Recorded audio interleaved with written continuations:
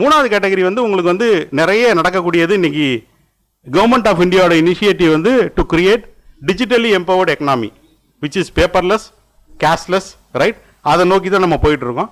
2017 ஆரம்பித்த யூபிஐ அந்த unified payment interface அப்படிங்கிறது இட் இஸ் அ மல்டிஃபோல்டு இன்க்ரீஸ். இன்னைக்கு இந்தியா மட்டும் இல்லாமல் மற்ற அதர் கண்ட்ரியில் ரீசெண்டாக பாரிஸில் ஆச்சு, சிங்கப்பூர், எல்லா இடமே வந்து இது அக்செப்டபிலிட்டி வந்துருச்சு. அந்த லெவலுக்கு நம்ம வந்து ₹1 ₹1,00,000 வரைக்கும் நீங்கள் வந்து யாரும் பர்ஸ் எடுத்துகிட்டு போகிறதே கிடையாது. கேஷே நீ கிடையாது.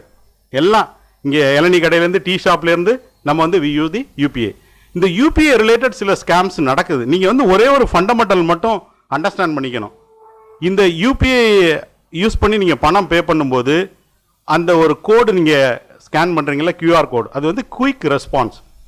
வெப்சைட்டாக டைப் பண்ணி அந்த இதுக்கு போகிறதுக்கு பதிலாக நீங்கள் அந்த QR கோடை ஸ்கேன் பண்ணுறீங்க. எப்போதுமே நீங்கள் ஞாபகம் வச்சுக்க வேண்டியது, எங்கே நீங்கள் பணம் பே பண்ணணுமோ அங்கே மட்டும்தான் நீங்கள் பின்னு கொடுக்கணும். எக்ஸாம்பிள், நான் ஒருத்தருக்கு செக்கு கொடுக்குறேன். I sign the check, which means I authorize to debit that amount from my account. இப்போ உங்களுக்கு ஒருத்தர் யாராவது பணம் போடுறாரு, நீங்கள் ஏதாவது செக்கு கொடுக்குறீங்களா, ஏதாவது சைன் பண்ணுறீங்களா? கிடையாது. அக்கௌண்ட் நம்பரில் அவர் போடலாம். அதே தான் கான்செப்ட். இங்கே என்ன நடக்குது அப்படின்னா, உங்களுக்கு கேஷ்பேக் இருக்குது, நீங்கள் இந்த லிங்க்கு கிளிக் பண்ணுங்கள், உங்களுக்கு பணம் வரும், OTP போடுங்க அப்படின்னா பணம் உங்களுக்கு வர்றதுக்கு பதிலாக ரைட்டாக உங்கள் அக்கௌண்ட்லேருந்து எடுத்துகிட்டு போயிடுவாங்க. நீங்கள் பின்னு கொடுக்க வேண்டியது எப்போதுமே எங்கே நீங்கள் வந்து ஸ்கேன் பண்ணுறீங்களோ வேலிடேட் பண்ணுங்கள். அந்த கடைக்காரோட நேமை, அந்த கடையோட நேமை வேலிடேட் பண்ணுங்கள், அமௌண்ட்டை என்ட்ரு பண்ணுங்கள், பின்னை போடுங்க, காசை பே பண்ணுங்கள்.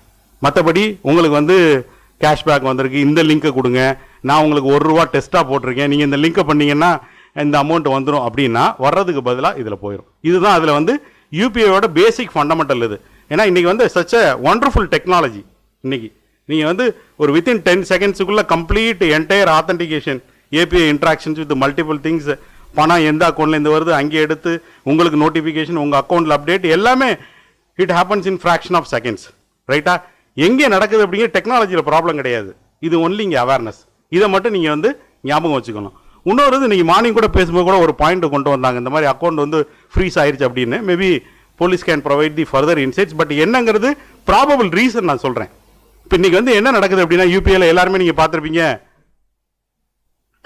இந்த மாதிரி ஒருத்தர் வந்து உங்களுக்கு கால் பண்ணுவார், நான் உங்களுக்கு உங்கள் அக்கௌண்ட்டுக்கு தப்பாக ₹5000 பணம் போட்டேன், by mistake I have sent ₹5000, இதை நீங்கள் எனக்கு திருப்பி அனுப்புங்க அப்படின்னு.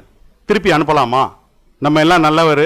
அவர் வந்து சொல்லுவார், நான் ஹாஸ்பிட்டலில் இருக்கேன், ஏதோ ஒரு scenario I will narrate, I mean urgency situation, by mistake I have sent அப்படின்னு சொல்லி நீங்கள் அனுப்பிச்சிங்க அப்படின்னா என்ன ஆகும் அப்படின்னா, உங்களுக்கு அனுப்பிச்ச ஒரு சைபர் கிரிமினல்னு வச்சுக்கோங்க, ஞாபகம் வச்சுக்கோங்க.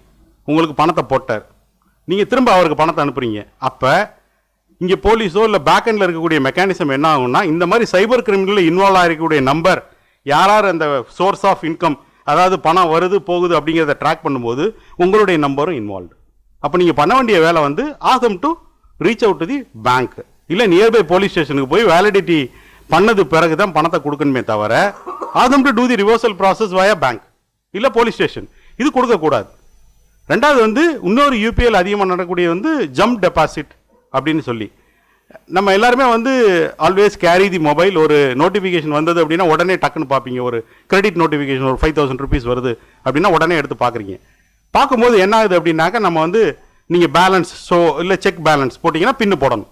இப்போ என்ன ஆகும் அப்படின்னா, இந்த ஜம்ப் டெபாசிட் இதில் கூகுளில் வந்து பணம் அனுப்புறது மட்டும் இல்லாமல் பணம் நீங்கள் ரிசீவ் பண்ணலாம். ரெக்வெஸ்ட் இருக்குது, ரிசீவ் மணி. அப்போ வந்து ஒருத்தர் வந்து நான் வந்து உங்களுக்கு ரிசீவ், அதாவது ஒரு ₹5000 பணம் வந்து தப்பாக போடுறேன், போட்டுட்டு ரிசீவ் ரெக்வெஸ்ட் ஒரு 50,000 கொடுக்குறேன். ரெண்டுமே உங்களுக்கு தான் வருது. நீங்கள் நோட்டிஃபிகேஷன் வந்தோன்னா டக்குன்னு உள்ளே போய் ஷோ பேலன்ஸ் போடுறீங்க, பின்ன இந்த பேக் எண்டில் வந்து இன்னொரு இது வந்து ரிசீவ் மணி 15,000 இல்லை 50,000 நான் போட்டிருக்கேன், அதுவும் மேலே இருக்கும். ஆனால் நீங்கள் வந்து you might be thinking that நீங்கள் வந்து பேலன்ஸ் செக் பண்ணுறதுக்கு தான் பணம் கொடுக்குறீங்க அப்படின்னு. ஆனால் பின்னு கொடுத்தோன்னே இந்த request will be active for 15 minutes. அப்போ உங்கள்லேருந்து ₹50,000 பணம் வந்து போயிடும். இந்த மாதிரியான கேஸும் யூபிஐயில் இந்த மாதிரி சொல்லி, இதெல்லாமே அவேர்னஸ். பேசிக்காக நீங்கள் அந்த பின்னு கொடுக்கும்போது எந்த ரெக்வெஸ்ட்டுக்கு வந்திருக்கு, எதுக்கு கொடுக்குறோம் அப்படிங்கிறது வந்து கவனமாக இருக்கணும்.